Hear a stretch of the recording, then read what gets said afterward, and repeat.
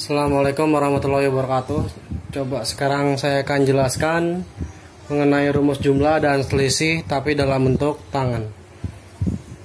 Oke, diketahui bahwa nilai tan itu sama dengan sin per cos. Sehingga ketika ketemu tan A sama dengan sin A dibagi dengan cos dari A. Nah, sekarang coba kita tambahkan dengan sudut istimewa tetapi dengan rumus jumlah dan selisih, sehingga diperoleh nilai tan dari A tambah B sama dengan sin dalam kurung A tambah B kita bagikan dengan cos dalam kurung A tambah B.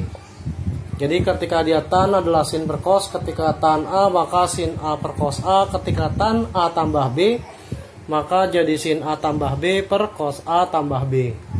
Nah, di sini ada dua bentuk yang sama untuk nilai tan ya, jangan sampai salah sudut. Nah, diketahui bahwa nilai sin A tambah B sendiri yaitu sin A dikali cos B ditambah dengan cos A dikali oleh sin B. Kemudian saya bagi dengan cos A tambah B. Sebelumnya dijelaskan bahwa cos A tambah B, cos A dikali cos B kita kurangi dengan sin A dikali dengan sin B. Nah, kalau sudah ketemu yang di atas sin A cos B ditambah cos A sin B, yang bawah cos A cos B dikurang sin A sin B. Sekarang masing-masing ruas atas dan bawah kita sama-sama bagi dengan atau kita kali dengan 1 dibagi cos A cos B. Kemudian yang bawah juga 1 dibagi cos A cos B. Sehingga diperoleh 1 per cos A cos B dikalikan dia, maka akan menghasilkan sin A cos B saya bagi dengan cos A dikali cos B. Saya tambah cos A sin B dikalikan 1 per cos A cos B, maka diperoleh cos A dikali sin B saya bagi dengan cos A dikali dengan cos B. Sekarang yang bawah cos A cos B dikali 1 per cos A cos B saya letakkan kembali dibagi dengan cos A dikali oleh cos B. Saya kurang yang bawah pun sama, kita kalikan dia, maka akan menjadi sin A sin B saya bagi oleh nilai dari cos A dikali cos B. Kita ketahui bahwa cos B dibagi cos B adalah 1 ya, jangan habis.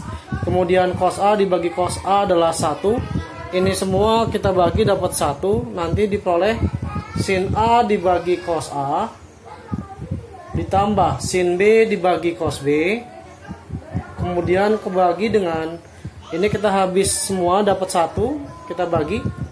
Nah, kemudian ada sin A per cos A, kemudian yang sebelahnya adalah sin B dibagi dengan cos B.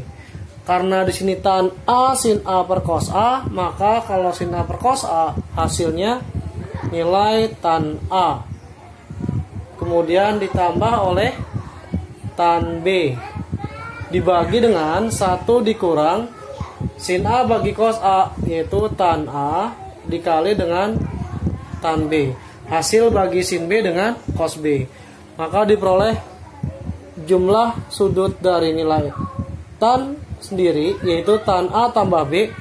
Kita gunakan sifat tan A tambah tan B, saya bagi dengan 1 dikurang tan A dikali tan B. Nah, sekarang bagaimana jika bertemu dengan tan A dikurang B? Anggap kita tidak tahu ya hasilnya seperti apa. Kita akan mencari sebuah formula untuk nilai tan A dikurang B. Nah, diketahui bahwa nilai tan A dikurang B sendiri merupakan tan dari penjumlahan A ditambah min B. Sehingga dengan menggunakan sifat mula-mula sebelumnya, tan A tambah B, dia akan menjadi tan A ditambah dengan tan dari min B, kita bagi dengan 1 dikurang tan dari A dikali dengan tan dari min B. Nah, dengan menggunakan sifat kuadran 4, maka nilai tan min B sendiri akan menjadi min tan B. Nah, otomatis nilai yang di atas tan dari A kemudian ditambah dengan min tan B sesuai dengan sifatnya ya. Kita rubah dengan menggunakan kuadran 4. Saya bagi dengan 1 dikurang tan A dikali oleh tan min B menjadi min dari tan B. Nah, plus kali min, dia akan menjadi tan A dikurang tan B. Kemudian saya bagi oleh min kali min, 1 ditambah tan kali A dikali dengan tan B. Ini sifat dari tan A, saya kurangi dengan sudut B. Nah, sekarang mari kita bahas contoh soal dari rumus jumlah dan selisih dari tangen. Nah, contoh paling mudah adalah nilai dari tan 75. Maka nilai tan 75 di sini kita ubah menjadi penjumlahan dua sudut yang istimewa. Paling mudahnya adalah tan 45 ditambah 30 ya. Nah, kalau sudah, kita anggap ini A dan B. Tadi diketahui bahwa tan A tambah B memiliki rumus tan A ditambah dengan tan B. Saya bagi oleh 1 dikurang tan A dikali oleh tan B. Maka saat tan A-nya sudah ganti 45, B-nya diganti 30, maka nilainya masing-masing kita masukkan, yaitu tan 45 ditambah tan dari 30. Kemudian saya bagi 1 dikurang tan 45 dikali tan dari 30. Nah, nilai tan 45 sudah paham ya. Nilainya 1 ditambah tan 30 adalah sepertiga akar 3. Kemudian saya bagi dengan 1 dikurang 1 dikali sepertiga akar 3. Agar lebih mudah, kita kalikan 3 semua. Kenapa dikali 3? Karena penyebutnya 3. Tujuannya untuk mempermudah hitungan saja. 3 kali 1 adalah 3, ditambah 3 bagi 3 habis, tinggal akar 3 saja. 3 kali 1 adalah 3, min 3 bagi 3 habis, tinggal akar 3 kali 1, diperoleh akar 3. Kalau di pilihan gandanya tidak ada, maka kita kalikan akar sekawan dengan merasionalkannya. Karena dia minus, sekawannya adalah 3 plus akar 3 dibagi 3 plus akar 3. Patokan dari yang bawah ya. Nah, sekarang kita kalikan 3 kali 3. Diperoleh nanti angkanya adalah 9. 3 kali akar 3 adalah 3 akar 3. Akar 3 kali 3 adalah 3 akar 3. Akar 3 kali akar 3 adalah akar dari 9. Saya bagi dengan 3 kali 3, 9. 3 kali akar 3 adalah 3 akar 3. Min akar 3 kali 3. Min 3 akar 3. Min akar 3 kali akar 3. Jadi min akar 9. Nah, jika sudah kita kerjakan pelan-pelan. 9 ditambah 3 akar 3 ditambah 3 akar 3 menjadi 6 akar 3, di mana akar 9 sudah ada, yaitu 3. 3 akar 3 kita kurangi 3 akar 3 adalah 0. 9-nya tetap, saya kurangi dengan akar 9-nya adalah 3. 9 tambah 3 diperoleh 12, ditambah 6 akar 3, kita bagi dengan 9 kurang 3, yaitu 6. Nah, masing-masing ruas kita bagi ya. 12 dibagi 6 ditambah 6 akar 3 dibagi 6, yaitu 12 per 6, 6 akar 3 per 6. Nanti diperoleh angka 2, hasil bagi dari 12 dan 6. 6 bagi 6, 1, tinggal akar 3 saja. Ini jawaban dari nilai tan 75. Oke, sekarang mari kita bahas nomor 2. Sin A-nya 3/5, sin B-nya 5/13. Nah, ada syarat di sini. 0 kurang dari A kurang dari 90 derajat dan 90 derajat kurang dari B kurang dari 180 derajat. Diketahui bahwa nilai sudut A-nya terletak antara 0 sampai 90 derajat. Artinya terletak di kuadran 1. Setiap sin, cos, dan nilai tan-nya bernilai positif. Lalu di antara B sendiri antara 90 derajat sampai 180 derajat. Maka hanya sin-nya yang bernilai positif, tetapi nilai cos dan tan-nya bernilai negatif. Ingat ya, materi di kelas 10 dari semester 2 untuk trigonometri dengan menggunakan sifat kuadran. Nah, kita bahas dari yang pertama, yaitu nilai sin A-nya sudah ada, yaitu 3/5. Sin itu adalah depan dibagi miring. Kita buat siku-siku segitiganya. Anggap ini sudut A, depan sudut A-nya adalah 3, miringnya adalah 5. Yang kita cari adalah si X atau sisi bawah, atau sebutnya sisi samping sudut A. X sendiri adalah akar dari miring kuadrat 5 kuadrat dikurang 3 kuadrat menggunakan Pitagoras ya. Akar dari 25 dikurang 9, maka diperoleh akar 16 dapat 4. Nah, sehingga diperoleh nilai tan A-nya sendiri adalah depan dibagi dengan samping. Depannya sudut A adalah 3, sampingnya si X. Kalau saya masukkan menjadi 3/4. Dan ingat ya, nilai tan A-nya positif karena terletak di kuadran 1. Lalu yang kedua, sin B-nya diberikan nilai 5/13 dengan sin rumusnya depan per miring. Kita buat kembali segitiga siku-sikunya. Anggap ini sudut B, depan sudut B-nya 5 dan miringnya adalah 13. Kita cari nilai A-nya misalkan. A kecil di sini ya. Kita ganti hurufnya. Menggunakan Pitagoras, akar dari 13 kuadrat dikurang 5 kuadrat. Akar dari 169, 5 kuadrat 25. Akar dari 144 diperoleh 12.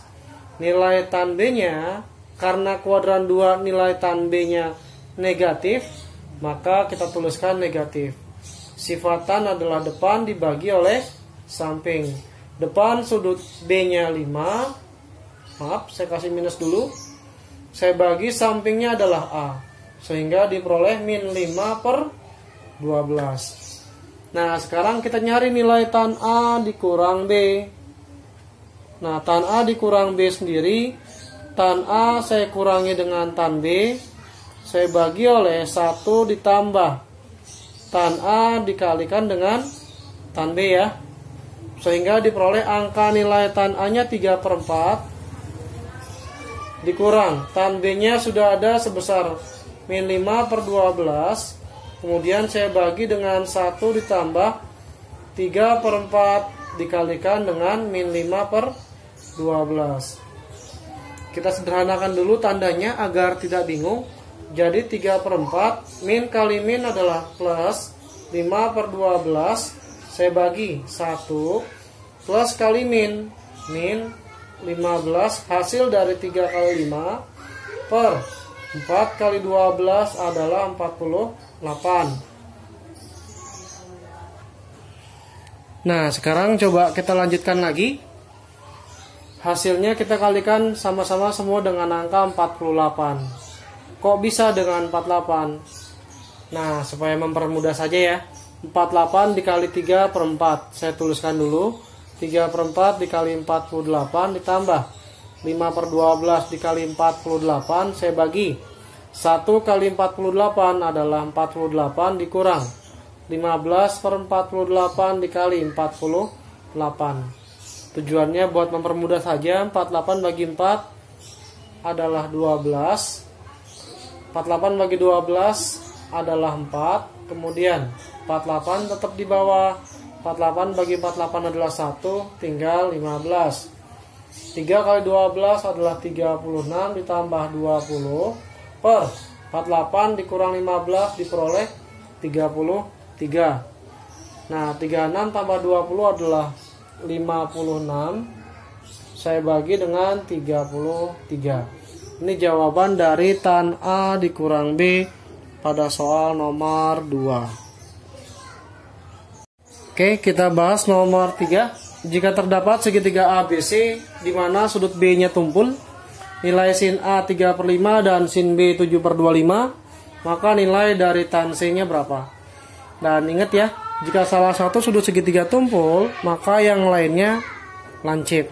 Maka untuk B tumpul, A dan C-nya lancip.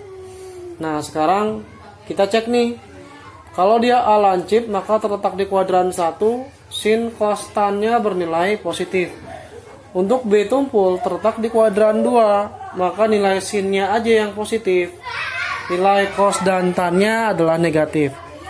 Karena sin sifatnya depan dibagi miring, gitu ya. Maka untuk si segitiga yang siku-siku pertama, dengan di sini adalah sudut A, depan sudutnya 3, miringnya 5, maka nilai X-nya dengan menggunakan Pitagoras 5 kuadrat dikurang 3 kuadrat. Kalau saya langsung dapat 4 ya. Begitu pula dengan sin B, kita buat segitiga siku-sikunya. Sudut B di sini, depan per miring 7 per, maaf, ini 25. 25-nya sebagai sisi miringnya. Maka dengan menggunakan Pitagoras, akar dari 25 kuadrat dikurang 7 kuadrat. Maka saat akar dari 625 dikurang 49, akar dari 576, maka nilai X-nya adalah 24. Nah, sekarang kita cari nilai tan-nya ya. Tan dari sudut A, karena dia sifatnya depan dibagi samping, depan sudutnya 3/4. Karena kuadran A-nya 1 dan lancip, nilai tan-nya positif. Nah, nilai tan B-nya sama ya, depan dibagi samping. Tapi karena B-nya tumpul, nilai tan-nya kita beri negatif dulu. Nah, depan sudutnya adalah 7 dan sisi sampingnya yang diperoleh 24. Sekarang karena sudut segitiga A tambah B tambah C berjumlah 180 derajat, maka nilai C-nya menjadi 180 derajat. Kita kurangi dari penjumlahan A dan B. Nanti kalau sudah, kita masing-masing ruas beri nilai tan ya. Tadi diketahui bahwa nilai C-nya diperoleh 180 min A tambah B. Kalau saya beri nilai tan sebelah kiri, maka sebelah kanan menjadi 180 min A tambah B. Nah, kita tahu bahwa nilai tan dari 180 min A, karena terletak di kuadran 2, menjadi min tan A. Nah, sekarang dengan cara yang sama, tan 180 min A tambah B, maka nilai tan C ini cukup dengan mencari menggunakan sifat sebelah kanan min tan dalam kurung A tambah B. Sehingga nilai tan C-nya sendiri min buka kurung nilai seluruhnya dari tan A tambah B, tan A ditambah tan B, saya bagi dengan 1 dikurang tan A dikali dengan tan B. Maka kalau saya masukkan nilai tan A-nya, nilai tan A-nya sendiri sudah ada sebesar 3/4, kemudian ditambah dengan tan B-nya adalah min 7/24. Saya bagi oleh 1 dikurang 3/4 dikalikan dengan min 7/24. Gitu ya. Nah, kalau sudah, maka akan menjadi min, kita buka kurung total, plus kali min 3/4 dikurang 7/24, saya bagi oleh 1 min kali min jadi plus 21/96. Nah, sekarang kita samakan dulu penyebutnya boleh. Jadi min, samakan penyebutnya 24. Bagi 4 adalah 6 kali 3 18 dikurang 7.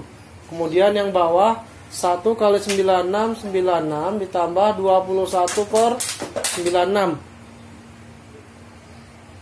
Maka diperoleh angka 18 kurang 7 adalah 11/24. Nah, bagi jadi kali kita tukar 96 per hasil jumlahnya 117. Tutup ya. Nah, nanti diperoleh angka minus 96 kita bagi 24 adalah 4. Nah, 4 kali 11 adalah 44. Kita bagi dengan 117.